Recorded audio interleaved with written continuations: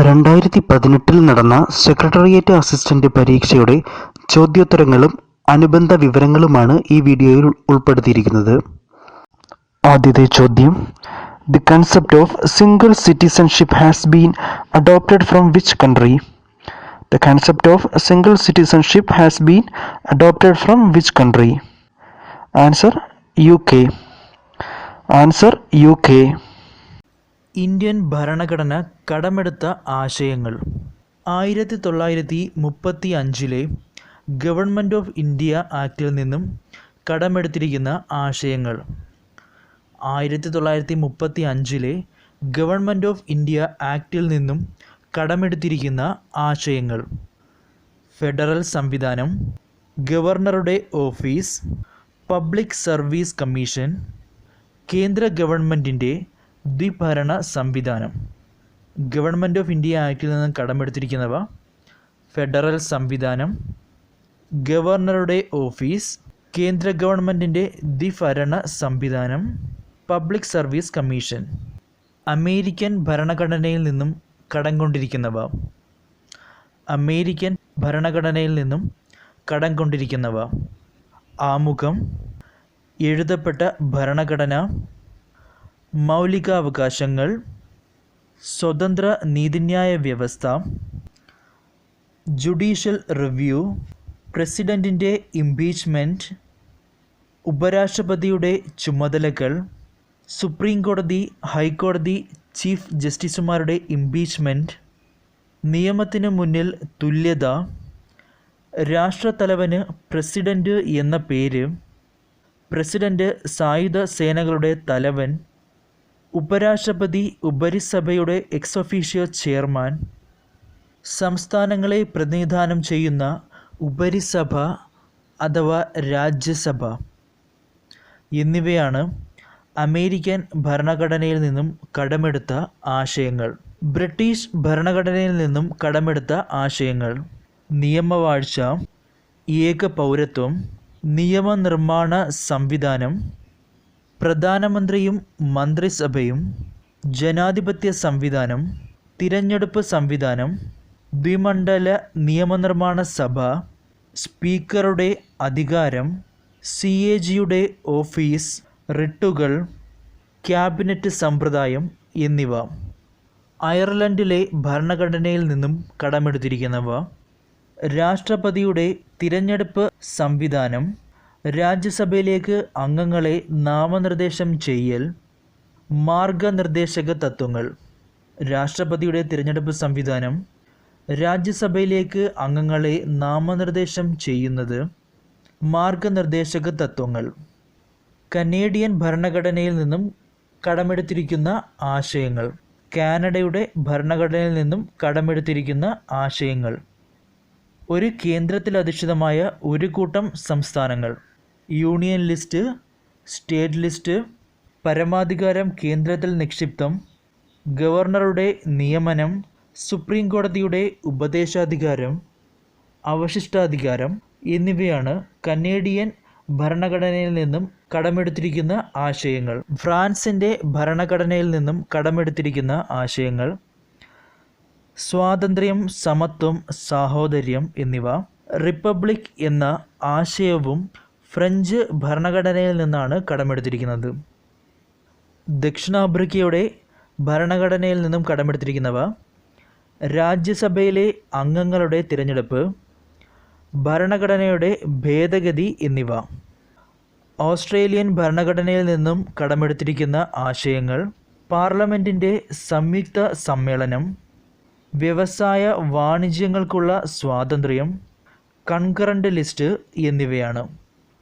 അടിയന്തരാവസ്ഥ പ്രഖ്യാപിക്കുക എന്ന ആശയം കടമെടുത്തിരിക്കുന്നത് ജർമ്മൻ ഭരണഘടനയിൽ നിന്നാണ്. റഷ്യൻ ഭരണഘടനയിൽ നിന്നും കടമെടുത്ത ആശയങ്ങളാണ് മൗലിക കടമകൾ, പഞ്ചവത്സര പദ്ധതി എന്നിവ. അടുത്ത ചോദ്യം: Who presides over the joint sitting of the two houses of the parliament? Who presides over the joint sitting of the two houses of the parliament?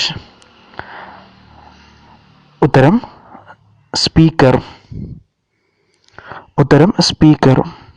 പാർലമെൻറ്റിൻ്റെ സംയുക്ത സമ്മേളനത്തെ സംബന്ധിക്കുന്ന ഭരണഘടനാ വകുപ്പ് ആർട്ടിക്കിൾ 108. പാർലമെൻറ്റിൻ്റെ സംയുക്ത സമ്മേളനം വിളിച്ചു ചേർക്കുന്നത് രാഷ്ട്രപതിയാണ്. സംയുക്ത സമ്മേളനത്തിൽ അധ്യക്ഷത വഹിക്കുന്നത് ലോക്സഭാ സ്പീക്കർ. സ്പീക്കറുടെ അഭാവത്തിൽ ഡെപ്യൂട്ടി സ്പീക്കറും അദ്ദേഹത്തിൻ്റെ അഭാവത്തിൽ രാജ്യസഭയുടെ ഡെപ്യൂട്ടി ചെയർമാനുമായിരിക്കും സംയുക്ത സമ്മേളനത്തിൽ അധ്യക്ഷത വഹിക്കുന്നത്. ഏതെങ്കിലും ബില്ലുകളുടെ കാര്യത്തിൽ തർക്കങ്ങൾ ഉണ്ടാകുമ്പോഴാണ് സംയുക്ത സമ്മേളനം വിളിച്ചു ചേർക്കുന്നത്.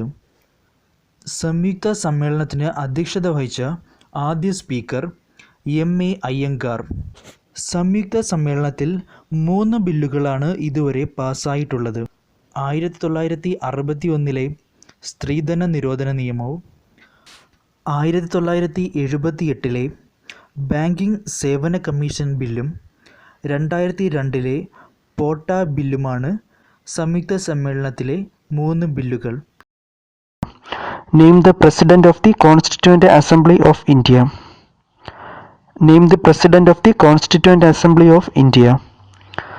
ഉത്തരം രാജേന്ദ്ര പ്രസാദ്. ഉത്തരം രാജേന്ദ്ര പ്രസാദ്. ലോകത്തിലെ ഏറ്റവും വലിയ ലിഖിത ഭരണഘടനയുള്ള രാജ്യമാണ് ഇന്ത്യ. ലോകത്തിലെ ഏറ്റവും ചെറിയ ലിഖിത ഭരണഘടനയുള്ള രാജ്യമാണ് അമേരിക്ക. എഴുതപ്പെട്ടതിൽ വെച്ച് ഏറ്റവും പഴക്കം ചെന്ന ഭരണഘടനയുള്ള രാജ്യവും അമേരിക്കയാണ്. ലോകത്തിൽ അലിഖിത ഭരണഘടനയുള്ള രാജ്യങ്ങളാണ് ബ്രിട്ടൻ, ഇസ്രായേൽ എന്നിവ. ലോകത്തിലെ ആദ്യത്തെ നിയമദാതാവ് എന്നറിയപ്പെടുന്നത് ഹമ്മുറാബി ആണ്. ലോകത്തിലെ ആദ്യത്തെ നിയമദാതാവ് ഹമ്മുറാബി. ഇന്ത്യയിലെ ആദ്യ നിയമദാതാവ് മനു. ഇന്ത്യയിലെ ആദ്യ നിയമദാതാവ് മനു. ആധുനിക മനു എന്നറിയപ്പെടുന്ന വ്യക്തി ബി.ആർ. അംബേദ്കർ. ആധുനിക മനു എന്നറിയപ്പെടുന്ന വ്യക്തി ബി.ആർ. അംബേദ്കർ. പാർലമെൻറ്റുകളുടെ മാതാവ് എന്നറിയപ്പെടുന്നത് ബ്രിട്ടീഷ് പാർലമെൻറ്റാണ്. പാർലമെൻറ്റുകളുടെ മാതാവ് എന്നറിയപ്പെടുന്നത് ബ്രിട്ടീഷ് പാർലമെൻറ്റാണ്. ലോകത്തിലെ ആദ്യ ജനാധിപത്യ രാജ്യം ഗ്രീസ് ആണ്. ലോകത്തിലെ ആദ്യ ജനാധിപത്യ രാജ്യം ഗ്രീസ്. ജനാധിപത്യത്തിൻ്റെ കളിത്തൊട്ടിൽ എന്നറിയപ്പെടുന്ന രാജ്യവും ഗ്രീസാണ്. ഇന്ത്യക്ക് സ്വന്തമായി ഒരു ഭരണഘടന എന്ന ആശയം ആദ്യമായി മുന്നോട്ട് വച്ച വ്യക്തി എം.എൻ. റോയ് ആണ്.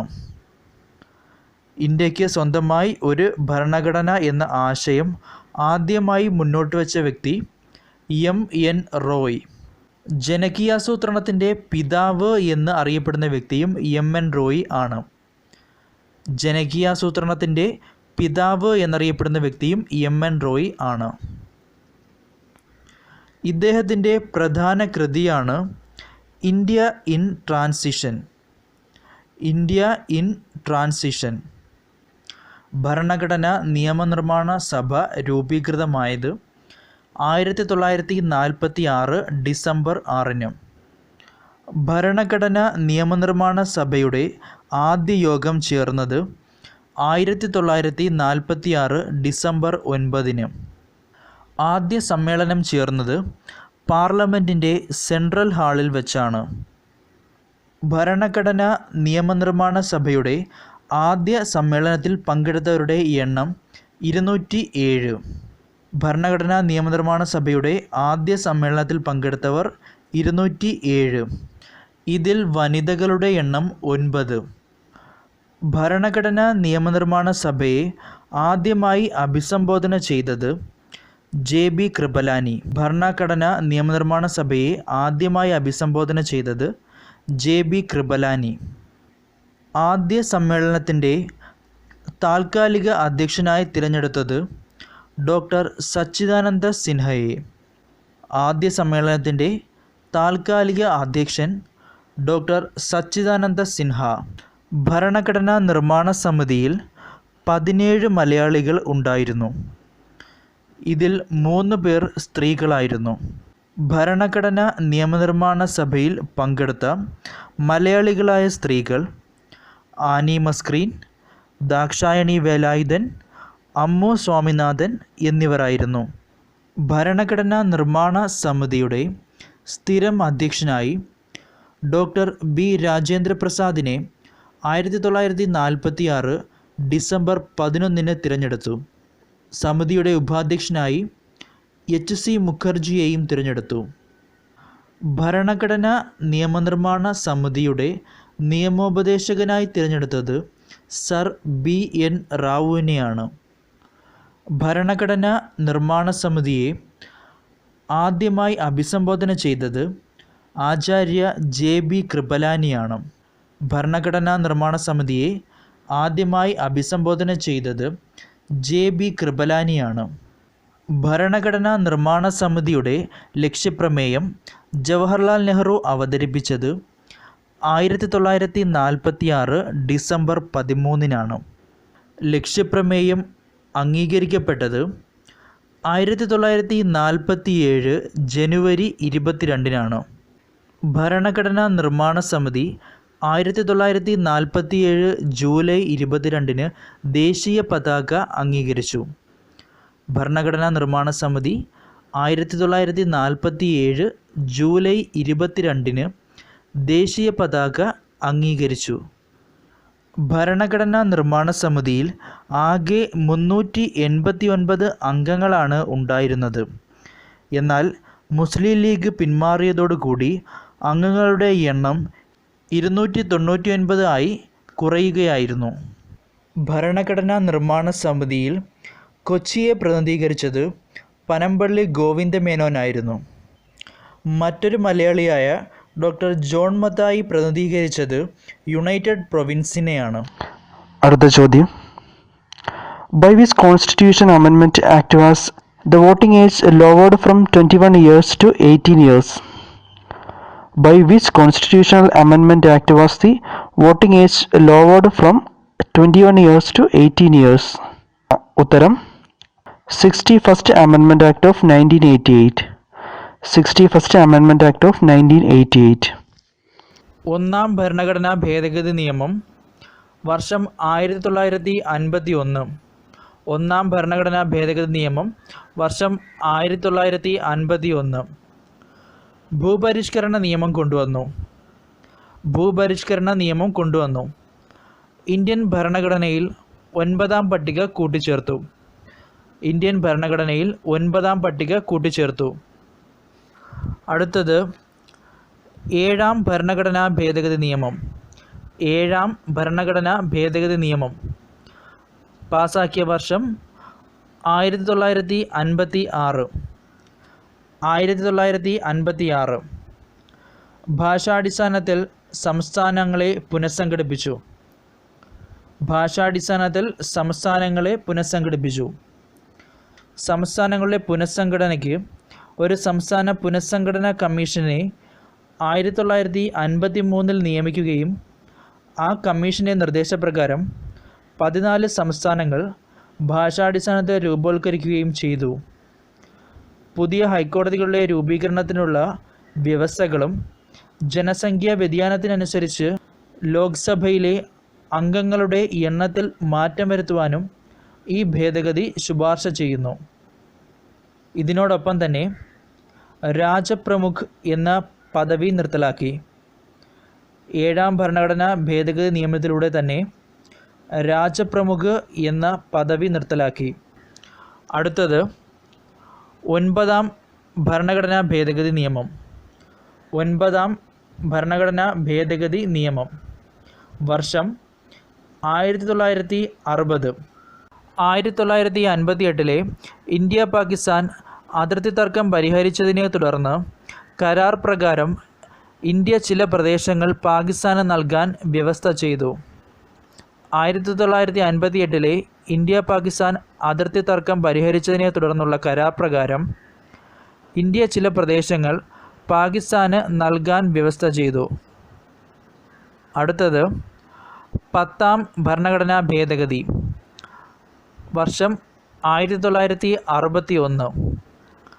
10ാം ഭരണഘടനാ ഭേദഗതി വർഷം 1961. പോർച്ചുഗീസുകാരുടെ അധിനിവേശ പ്രദേശമായിരുന്ന ദാദ്ര നഗർ ഹവേലിയെ കേന്ദ്രഭരണ പ്രദേശമായി ഇന്ത്യൻ യൂണിയനിൽ കൂട്ടിച്ചേർത്തു. പോർച്ചുഗീസുകാരുടെ അധിനിവേശ പ്രദേശമായിരുന്ന ദാദ്ര നഗർ ഹവേലിയെ കേന്ദ്രഭരണ പ്രദേശമായി ഇന്ത്യൻ യൂണിയനിൽ കൂട്ടിച്ചേർത്തു. അടുത്തത് 12ാം ഭരണഘടനാ ഭേദഗതി. 12ാം ഭരണഘടനാ ഭേദഗതി വർഷം 1961. 1961 പോർച്ചുഗീസുകാരുടെ അധീനതയിലുണ്ടായിരുന്ന ഗോവ, ദാമൻ ദിയു എന്നിവ ഇന്ത്യൻ യൂണിയനിൽ കൂട്ടിച്ചേർത്തു.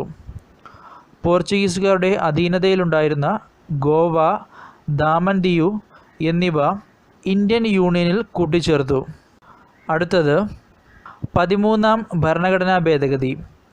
13ാം ഭരണഘടനാ ഭേദഗതി വർഷം 1962. 1962 ആർട്ടിക്കിൾ 371A പ്രകാരം നാഗാലാൻഡ് സംസ്ഥാനത്തിൻ്റെ രൂപീകരണം. ആർട്ടിക്കിൾ 371A പ്രകാരം നാഗാലാൻഡ് സംസ്ഥാനത്തിൻ്റെ രൂപീകരണം. അടുത്ത ഭേദഗതി 14ാം ഭേദഗതി. 14ാം ഭേദഗതി വർഷം 1963. 1963 പഴയ ഫ്രഞ്ച് പ്രദേശങ്ങളെ പുതുച്ചേരി എന്ന പേരിൽ ഇന്ത്യയുടെ ഭാഗമാക്കി. പഴയ ഫ്രഞ്ച് പ്രദേശങ്ങളെ പുതുച്ചേരി എന്ന പേരിൽ ഇന്ത്യയുടെ ഭാഗമാക്കി. 21ാം ഭരണഘടനാ ഭേദഗതി നിയമം. 21ാം ഭരണഘടനാ ഭേദഗതി നിയമം ഇന്ത്യൻ ഭരണഘടനയിലെ 8ാം പട്ടികയിൽ ഔദ്യോഗിക ഭാഷകളുടെ കൂട്ടത്തിൽ 15ാം ഭാഷയായി സിന്ധി കൂടി കൂട്ടിച്ചേർത്തു. ഇന്ത്യൻ ഭരണഘടനയിലെ 8ാം പട്ടികയിൽ ഔദ്യോഗിക ഭാഷകളുടെ കൂട്ടത്തിൽ 15ാം ഭാഷയായി സിന്ധി കൂടി കൂട്ടിച്ചേർത്തു. അടുത്തത് 26ാം ഭരണഘടനാ ഭേദഗതി. 26ാം ഭരണഘടനാ ഭേദഗതി വർഷം 1971. 1971 നാട്ടുരാജാക്കന്മാർക്ക് നൽകിയിരുന്ന പ്രിവി പെറ്റ്സ് സമ്പ്രദായം നിർത്തലാക്കി. നാട്ടുരാജാക്കന്മാർക്ക് നൽകിയിരുന്ന പ്രിവി പെറ്റ്സ് സമ്പ്രദായം നിർത്തലാക്കി. അടുത്തത് 29ാം ഭരണഘടനാ ഭേദഗതി നിയമം. 29ാം ഭരണഘടനാ ഭേദഗതി നിയമം വർഷം 1972. 1972 കേരള ഭൂപരിഷ്കരണ നിയമം ഭരണഘടനയുടെ 9ാം പട്ടികയിൽ ഉൾപ്പെടുത്തി. കേരള ഭൂപരിഷ്കരണ നിയമം ഭരണഘടനയുടെ 9ാം പട്ടികയിൽ ഉൾപ്പെടുത്തി. 31ാം ഭരണഘടനാ ഭേദഗതി. 31ാം ഭരണഘടനാ ഭേദഗതി വർഷം 1973. ലോക്സഭയിലെ പരമാവധി അംഗസംഖ്യ 525 നിന്നും 545 ആക്കി ഉയർത്തി. ലോക്സഭയിലെ പരമാവധി അംഗസംഖ്യ 525 നിന്നും 545 ആയി ഉയർത്തി. 36ാം ഭരണഘടനാ ഭേദഗതി. 36ാം ഭരണഘടനാ ഭേദഗതി വർഷം 1975. ഇന്ത്യൻ യൂണിയൻ്റെ ഭാഗമായി സിക്കിം സംസ്ഥാനത്തിൻ്റെ രൂപീകരണം. സിക്കിമിനെ ഇന്ത്യൻ സംസ്ഥാനമാക്കി മാറ്റി. സിക്കിമിനെ ഇന്ത്യയുടെ സംസ്ഥാനമാക്കി മാറ്റി. 42ാം ഭരണഘടനാ ഭേദഗതി നിയമം. 42ാം ഭരണഘടനാ ഭേദഗതി നിയമം വർഷം 1976. 42ാം ഭരണഘടനാ ഭേദഗതി നിയമം വർഷം 1976. ഈ ഭരണഘടനാ ഭേദഗതി മിനി ഭരണഘടന എന്നറിയപ്പെടുന്നു. ഈ ഭരണഘടനാ ഭേദഗതി മിനി ഭരണഘടന എന്നറിയപ്പെടുന്നു. ഭരണഘടനയുടെ ആമുഖത്തിൽ സോഷ്യലിസം, സെക്യുലറിസം എന്നീ വാക്കുകൾ കൂട്ടിച്ചേർത്തു. ഭരണഘടനയുടെ ആമുഖത്തിൽ സോഷ്യലിസം, സെക്യുലറിസം എന്നീ വാക്കുകൾ കൂട്ടിച്ചേർത്തു. മൗലിക കർത്തവ്യങ്ങളുടെ ഭാഗം, അതായത് ആർട്ടിക്കിൾ 51A ആയി ഇന്ത്യൻ ഭരണഘടനയിൽ ഉൾപ്പെടുത്തി. ഭാഗം 4A മൗലിക കർത്തവ്യങ്ങൾ അഥവാ കടമകൾ ഭാഗം 4A-യിൽ ആർട്ടിക്കിൾ 51A ആയി ഉൾപ്പെടുത്തി. മൗലിക കർത്തവ്യങ്ങൾ അഥവാ കടമകൾ ഭരണഘടനയുടെ ഭാഗം 4A-യിൽ ആർട്ടിക്കിൾ 51A ആയി ഇന്ത്യൻ ഭരണഘടനയിൽ ഉൾപ്പെടുത്തി. ഈ ഭേദഗതിയിലൂടെ ലോക്സഭയുടെ കാലാവധി 6 വർഷമായി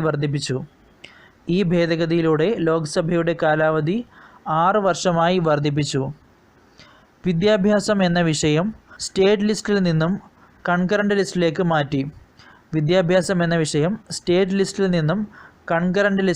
മാറ്റി. അഡ്മിനിസ്ട്രേറ്റീവ് ട്രിബ്യൂണലുകൾക്ക് രൂപം നൽകി. കേന്ദ്ര മന്ത്രിസഭയുടെ ഉപദേശപ്രകാരം രാഷ്ട്രപതി പ്രവർത്തിക്കണമെന്ന് നിർദ്ദേശിച്ചു.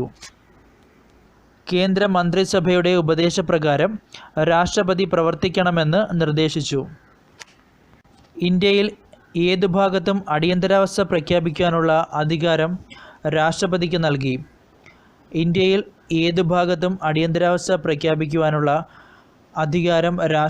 നൽകി. 42ാം ഭരണഘടനാ ഭേദഗതി ശുപാർശ ചെയ്ത കമ്മിറ്റി സ്വരൺ സിംഗ് കമ്മിറ്റി.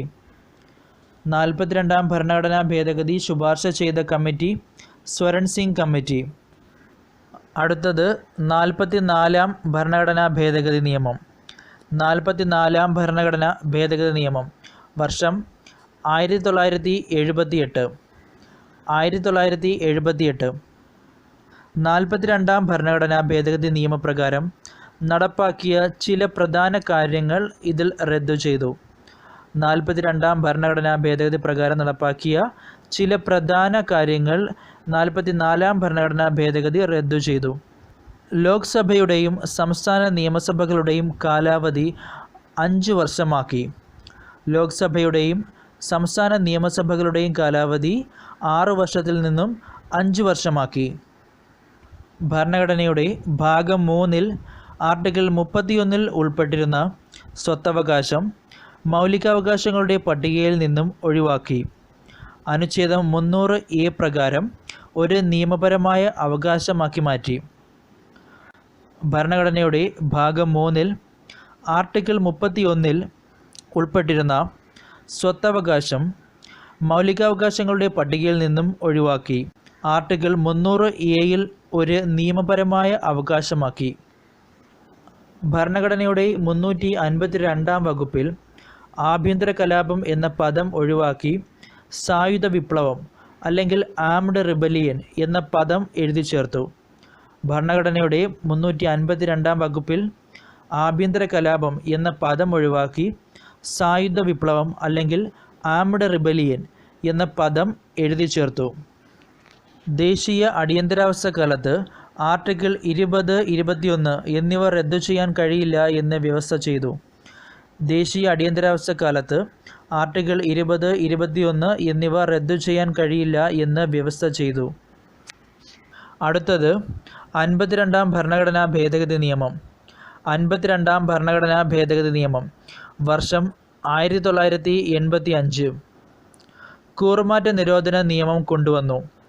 52ാം ഭരണഘടനാ ഭേദഗതി നിയമപ്രകാരം കൂറുമാറ്റ നിരോധന നിയമം കൊണ്ടുവന്നു. ഇന്ത്യൻ ഭരണഘടനയിൽ 10ാം പട്ടിക കൂട്ടിച്ചേർത്തു. കൂറുമാറ്റ നിരോധന നിയമപ്രകാരം ആദ്യമായി അയോഗ്യനാക്കപ്പെട്ട ലോക്സഭാംഗം മിസോറാമിൽ നിന്നുള്ള ലാൽദു ഹോമയാണ്. കൂറുമാറ്റ നിരോധന നിയമപ്രകാരം അയോഗ്യനാക്കപ്പെട്ട ആദ്യ ലോക്സഭാംഗം മിസോറാമിൽ നിന്നുള്ള ലാൽദു ഹോമയാണ്. കേരളത്തിൽ കൂറുമാറ്റ നിരോധന നിയമപ്രകാരം അയോഗ്യനാക്കപ്പെട്ട ആദ്യ വ്യക്തി ബാലകൃഷ്ണ പിള്ളയാണ്. അടുത്തതായി 61ാം ഭരണഘടനാ ഭേദഗതി നിയമം. 61ാം ഭരണഘടനാ ഭേദഗതി നിയമം വർഷം 1989. ലോക്സഭയിലേക്കും സംസ്ഥാന നിയമസഭകളിലേക്കും അംഗങ്ങളെ തിരഞ്ഞെടുക്കുവാനുള്ള വോട്ടിംഗ് പ്രായം 21-ൽ നിന്നും 18 ആക്കി കുറച്ചു. 61ാം ഭരണഘടനാ ഭേദഗതി ലോക്സഭയിലേക്കും സംസ്ഥാന നിയമസഭകളിലേക്കും അംഗങ്ങളെ തിരഞ്ഞെടുക്കുവാനുള്ള വോട്ടിംഗ് പ്രായം 21-ൽ നിന്നും 18 ആക്കി കുറച്ചു. അടുത്തത് 69-ാം ഭരണഘടനാ ഭേദഗതി നിയമം. 69-ാം ഭരണഘടനാ ഭേദഗതി നിയമം വർഷം 1991. കേന്ദ്രഭരണ പ്രദേശമായ ഡൽഹിക്ക് ദേശീയ തലസ്ഥാന പ്രദേശം എന്ന പ്രത്യേക പദവി നൽകി. കേന്ദ്രഭരണ പ്രദേശമായ ഡൽഹിക്ക് ദേശീയ തലസ്ഥാന പ്രദേശം എന്ന പ്രത്യേക പദവി നൽകി. അടുത്തത് 71-ാം ഭരണഘടനാ ഭേദഗതി നിയമം. 71-ാം ഭരണഘടനാ ഭേദഗതി നിയമം വർഷം 1992. ഇന്ത്യൻ ഭരണഘടനയിലെ 8-ാം പട്ടികയിൽ ഔദ്യോഗിക ഭാഷകളുടെ കൂട്ടത്തിൽ കൊങ്കിണി, മണിപ്പൂരി, നേപ്പാളി എന്നീ 3 ഭാഷകൾ കൂടി കൂട്ടിച്ചേർത്തു. 71-ാം ഭരണഘടനാ ഭേദഗതി നിയമം. ഇന്ത്യൻ ഭരണഘടനയിലെ 8-ാം പട്ടികയിൽ ഔദ്യോഗിക ഭാഷകളുടെ കൂട്ടത്തിൽ കൊങ്കിണി, മണിപ്പൂരി, നേപ്പാളി എന്നീ 3 ഭാഷകൾ കൂടി കൂട്ടിച്ചേർത്തു. 73-ാം ഭരണഘടനാ ഭേദഗതി നിയമം. അടുത്തത് 73-ാം ഭരണഘടനാ ഭേദഗതി നിയമം വർഷം 1992. 73-ാം ഭരണഘടനാ ഭേദഗതി നിയമം വർഷം 1992. പഞ്ചായത്തി രാജ് സംവിധാനത്തിന് ഭരണഘടനാപരമായ അംഗീകാരം ലഭിച്ചു. പഞ്ചായത്തി രാജ് സംവിധാനത്തിന് ഭരണഘടനാപരമായ അംഗീകാരം ലഭിച്ചു. ഇന്ത്യൻ ഭരണഘടനയിൽ 11-ാം പട്ടിക കൂട്ടിച്ചേർത്തു. ഇന്ത്യൻ ഭരണഘടനയിൽ 11-ാം പട്ടിക കൂട്ടിച്ചേർത്തു. അടുത്തത് 74-ാം ഭരണഘടനാ ഭേദഗതി നിയമം. 74-ാം ഭരണഘടനാ ഭേദഗതി നിയമം വർഷം 1992. 1992. ഇന്ത്യൻ ഭരണഘടനയിൽ നഗരപാലിക നിയമം കൂട്ടിച്ചേർത്തു. ഇന്ത്യൻ ഭരണഘടനയിൽ നഗരപാലിക നിയമം കൂട്ടിച്ചേർത്തു. ഭരണഘടനയിൽ 12-ാം പട്ടിക ഇതിൻ്റെ ഭാഗമായി കൂട്ടിച്ചേർത്തു. ഭരണഘടനയിൽ 12-ാം പട്ടിക കൂട്ടിച്ചേർത്തു. അടുത്തത് 84-ാം ഭരണഘടനാ ഭേദഗതി നിയമം. 84-ാം ഭരണഘടനാ ഭേദഗതി നിയമം വർഷം 2000. ഛത്തീസ്ഗഡ്, ഉത്തരാഖണ്ഡ്, ജാർഖണ്ഡ് എന്നീ 3 സംസ്ഥാനങ്ങൾ രൂപം കൊണ്ടു. ഛത്തീസ്ഗഡ്, ഉത്തരാഖണ്ഡ്, ജാർഖണ്ഡ് എന്നീ 3 സംസ്ഥാനങ്ങൾ രൂപം കൊണ്ടു. അടുത്തത് 86-ാം ഭരണഘടനാ ഭേദഗതി നിയമം. 86-ാം ഭരണഘടനാ ഭേദഗതി നിയമം വർഷം 2002. വർഷം 2002. 6 വയസ്സിനും 14 വയസ്സിനും ഇടയിൽ പ്രായമുള്ള കുട്ടികളുടെ വിദ്യാഭ്യാസാവകാശം മൗലികാവകാശമായി. 6 വയസ്സിനും 14 വയസ്സിനും ഇടയിൽ പ്രായമുള്ള കുട്ടികളുടെ വിദ്യാഭ്യാസാവകാശം മൗലികാവകാശമായി. ഭാഗം 3-ൽ അനുച്ഛേദം 21A പ്രകാരമാണ് വിദ്യാഭ്യാസം ഉൾപ്പെടുത്തിയിരിക്കുന്നത്. ഭാഗം 3-ൽ അനുച്ഛേദം 21A ആയിട്ടാണ് വിദ്യാഭ്യാസാവകാശം ഉൾപ്പെടുത്തിയിരിക്കുന്നത്. 91-ാം ഭരണഘടനാ ഭേദഗതി നിയമം. 91-ാം ഭരണഘടനാ ഭേദഗതി നിയമം വർഷം 2003. 91-ാം ഭരണഘടനാ ഭേദഗതി നിയമം വർഷം 2003. കേന്ദ്രത്തിലും സംസ്ഥാനങ്ങളിലും മന്ത്രിസഭകളുടെ വലിപ്പം ലോക്സഭയിലെയും സംസ്ഥാന നിയമസഭകളിലെയും തിരഞ്ഞെടുക്കപ്പെടുന്ന അംഗങ്ങളുടെ 15% കവിയാൻ പാടില്ല എന്ന് വ്യവസ്ഥ ചെയ്തു. കേന്ദ്രത്തിലും സംസ്ഥാനങ്ങളിലും മന്ത്രിസഭകളുടെ വലിപ്പം ലോക്സഭയിലെയും സംസ്ഥാന നിയമസഭകളിലെയും തിരഞ്ഞെടുക്കപ്പെടുന്ന അംഗങ്ങളുടെ 15% കവിയാൻ പാടില്ല എന്ന് വ്യവസ്ഥ ചെയ്തു. അടുത്തത് 92-ാം ഭരണഘടനാ ഭേദഗതി നിയമം. 92-ാം ഭരണഘടനാ ഭേദഗതി നിയമം വർഷം 2003.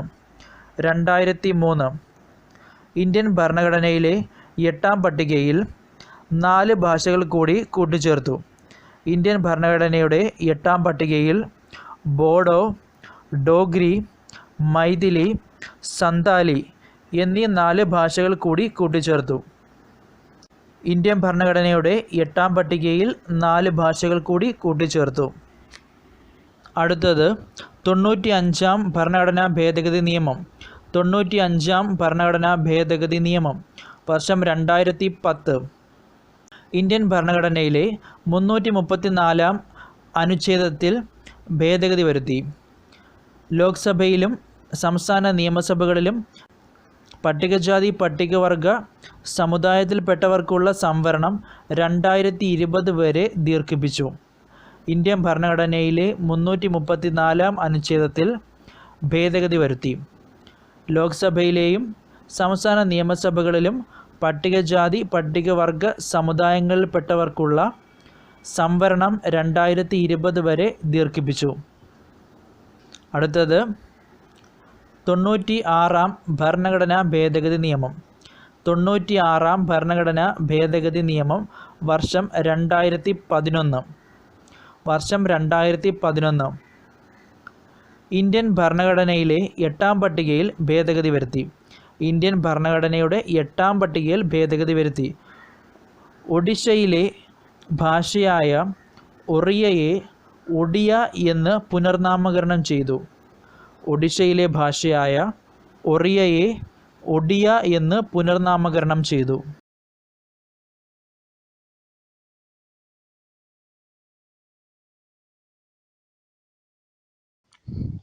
അടുത്ത ചോദ്യം, The ministers of the state government are administered the oath of office by. The ministers of the state government are administered the oath of office by. ഉത്തരം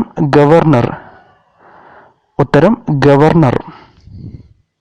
സംസ്ഥാനങ്ങളുമായി ബന്ധപ്പെട്ട വിവരങ്ങൾ ഭരണഘടനയുടെ 6-ാം ഭാഗത്തിലാണ് ഉൾപ്പെടുത്തിയിരിക്കുന്നത്. സംസ്ഥാനങ്ങളുമായി ബന്ധപ്പെട്ട ആർട്ടിക്കിൾ 152 മുതൽ 237 വരെ. സംസ്ഥാനങ്ങളുമായി ബന്ധപ്പെട്ട ആർട്ടിക്കിൾ 152 മുതൽ 237 വരെ. ഗവർണറുമായി ബന്ധപ്പെട്ട ആർട്ടിക്കിൾ 153 മുതൽ 162 വരെ. ഗവർണറുമായി ബന്ധപ്പെട്ട ആർട്ടിക്കിൾ 153 മുതൽ 162 വരെ. ഒരു സംസ്ഥാനത്തിൻ്റെ എക്സിക്യൂട്ടീവ് അധികാരിയാണ് സംസ്ഥാന ഗവർണർ. ഗവർണറെ നിയമിക്കുന്നതും നീക്കം ചെയ്യുന്നതും രാഷ്ട്രപതിയാണ്.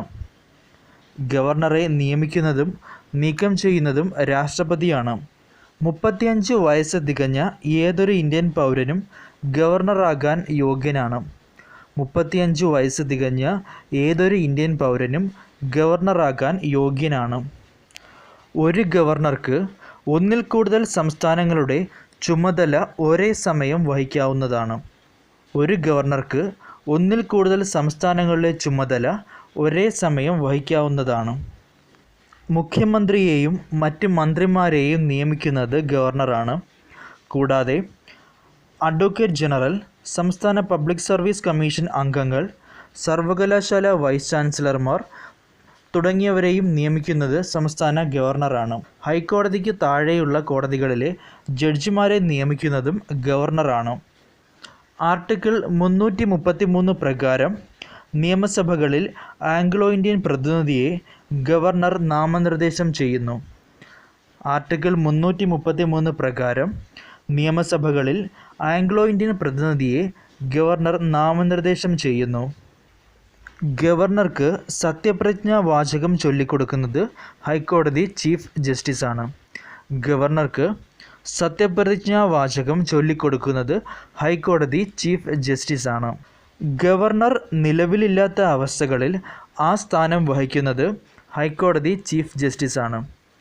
ഗവർണർ ഇല്ലാത്ത അവസ്ഥയിൽ ആ സ്ഥാനം വഹിക്കുന്നത് ഹൈക്കോടതി ചീഫ് ജസ്റ്റിസാണ്. ഇന്ത്യയിലെ ആദ്യ വനിതാ ഗവർണറാണ് സരോജിനി നായിഡു. ഇന്ത്യയിലെ ആദ്യ വനിതാ ഗവർണറാണ് സരോജിനി നായിഡു.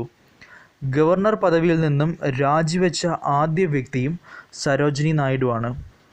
ഗവർണർ പദവിയിൽ നിന്ന് രാജിവെച്ച ആദ്യ വ്യക്തിയും സരോജിനി നായിഡു ആണ്.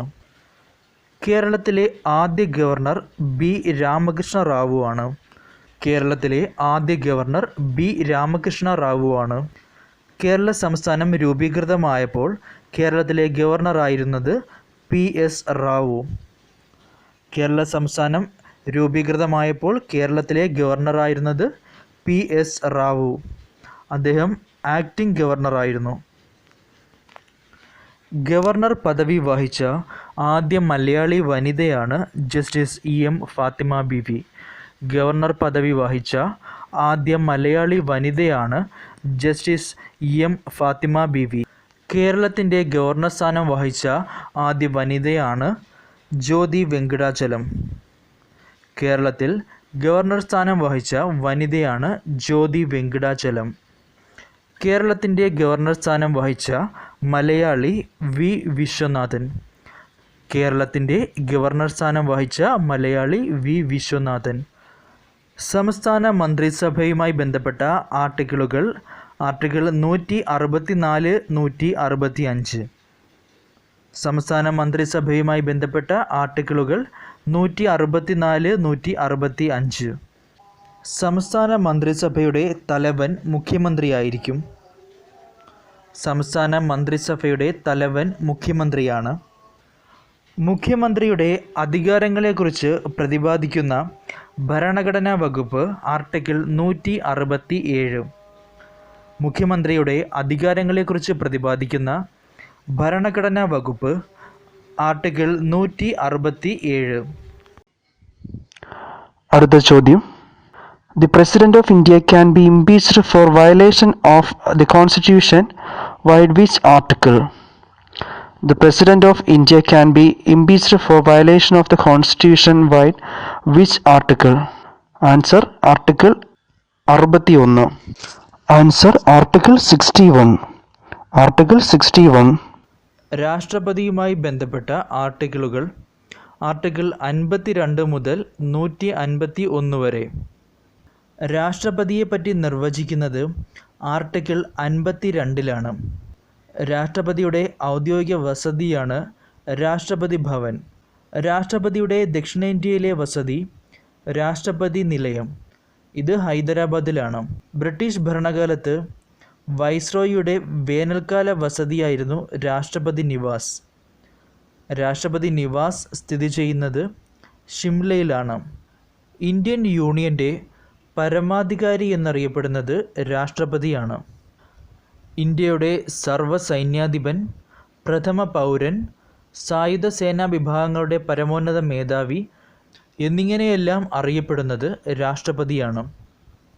ഇന്ത്യയിലെ പ്രഥമ പൗരനായി തിരഞ്ഞെടുക്കപ്പെടുന്ന വ്യക്തിക്ക് ഉണ്ടായിരിക്കേണ്ട അടിസ്ഥാന യോഗ്യതകൾ പ്രതിപാദിക്കുന്ന ഭരണഘടനാ വകുപ്പാണ് ആർട്ടിക്കിൾ 58. രാഷ്ട്രപതിയുടെ ഓഫീസിൻ്റെ കാലാവധിയെപ്പറ്റി പറയുന്നത് ആർട്ടിക്കിൾ 56. ഒരു തവണ രാഷ്ട്രപതിയായ വ്യക്തി വീണ്ടും തിരഞ്ഞെടുക്കപ്പെടാൻ യോഗ്യനാണ്. രാഷ്ട്രപതി തൻ്റെ രാജിക്കത്ത് സമർപ്പിക്കേണ്ടത് ഉപരാഷ്ട്രപതിക്കാണ്. രാഷ്ട്രപതിയുടെ അഭാവത്തിൽ ഉപരാഷ്ട്രപതിയും ഉപരാഷ്ട്രപതിയുടെയും അഭാവത്തിൽ സുപ്രീം കോടതി ചീഫ് ജസ്റ്റിസുമായിരിക്കും രാഷ്ട്രപതിയുടെ ചുമതലകൾ നിർവഹിക്കുന്നത്. രാഷ്ട്രപതി, ഉപരാഷ്ട്രപതി, സുപ്രീം കോടതി ചീഫ് ജസ്റ്റിസ് എന്നിവരുടെ അഭാവത്തിൽ സുപ്രീം കോടതിയിലെ ഏറ്റവും മുതിർന്ന ജഡ്ജിയായിരിക്കും രാഷ്ട്രപതിയുടെ ചുമതലകൾ വഹിക്കുന്നത്.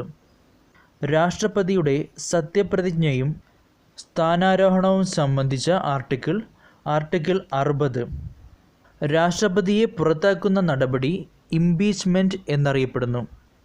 രാഷ്ട്രപതിയെ ഇംപീച്ച് ചെയ്യുന്നതിനെ പറ്റി പറയുന്ന ആർട്ടിക്കിൾ 61. പാർലമെൻറ്റ് സമ്മേളിക്കാത്ത കാലയളവിൽ ഓർഡിനൻസുകൾ പുറപ്പെടുവിക്കാനുള്ള അധികാരം ആർട്ടിക്കിൾ 123 പ്രകാരം രാഷ്ട്രപതിക്കാണ്. കുറ്റവാളികൾക്ക് പൊതുമാപ്പ് നൽകാനുള്ള അധികാരം ആർട്ടിക്കിൾ 72 പ്രകാരം രാഷ്ട്രപതിക്കുണ്ട്.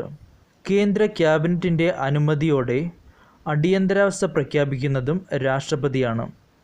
കല, ശാസ്ത്രം, സാഹിത്യം, കായികം, സാമൂഹിക സേവനം എന്നീ മേഖലകളിൽ നിന്നും രാജ്യസഭയിലേക്ക് രാഷ്ട്രപതി നാമനിർദ്ദേശം ചെയ്യുന്ന വ്യക്തികളുടെ എണ്ണം 12. ലോക്സഭയിലേക്ക് രാഷ്ട്രപതി നാമനിർദ്ദേശം ചെയ്യുന്ന വ്യക്തികളുടെ എണ്ണം 2. ലോക്സഭയിലേക്ക് രാഷ്ട്രപതി നാമനിർദ്ദേശം ചെയ്യുന്ന വ്യക്തികളുടെ എണ്ണം 2. എല്ലാ ബില്ലുകളും നിയമമാകുന്നത് രാഷ്ട്രപതി ഒപ്പുവെക്കുന്നതോടു കൂടിയാണ്. അന്താരാഷ്ട്ര ഉടമ്പടികൾ രാഷ്ട്രപതിയുടെ പേരിലാണ് ഒപ്പുവെക്കുന്നത്. അന്താരാഷ്ട്ര ഉടമ്പടികൾ രാഷ്ട്രപതിയുടെ പേരിലാണ് ഒപ്പുവെക്കുന്നത്. പോക്കറ്റ് വീറ്റോ ആദ്യമായി ഉപയോഗിച്ച ഇന്ത്യൻ രാഷ്ട്രപതി ആരാണ്?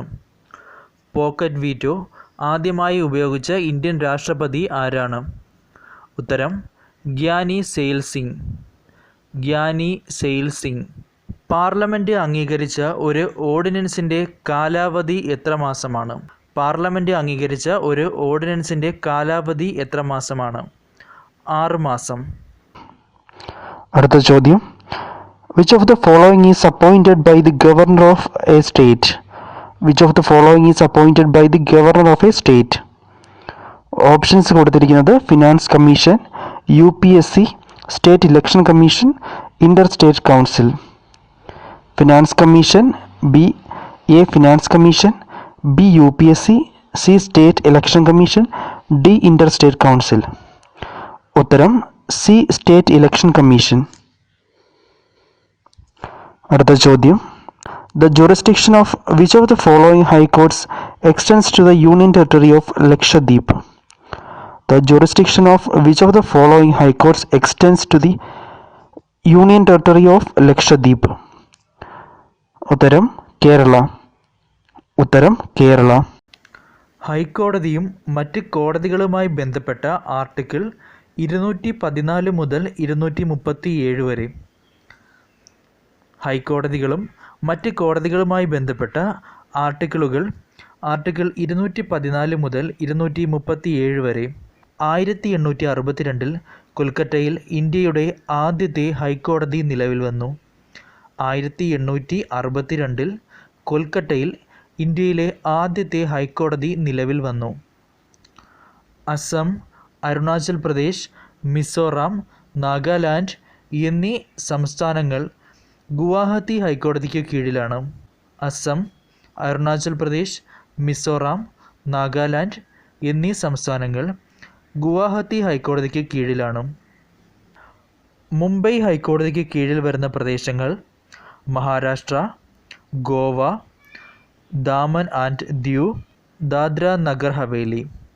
മുംബൈ ഹൈക്കോടതിക്ക് കീഴിൽ വരുന്ന പ്രദേശങ്ങൾ മഹാരാഷ്ട്ര, ഗോവ, ദാമൻ ദിയു, ദാദ്ര നഗർ ഹവേലി.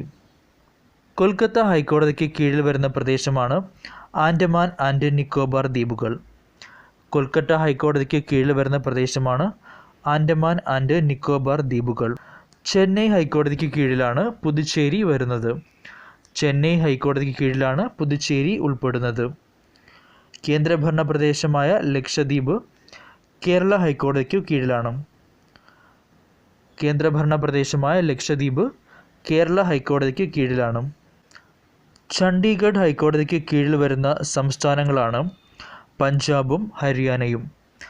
ചണ്ഡീഗഡ് ഹൈക്കോടതിക്ക് കീഴിൽ വരുന്ന സംസ്ഥാനങ്ങളാണ് പഞ്ചാബും ഹരിയാനയും.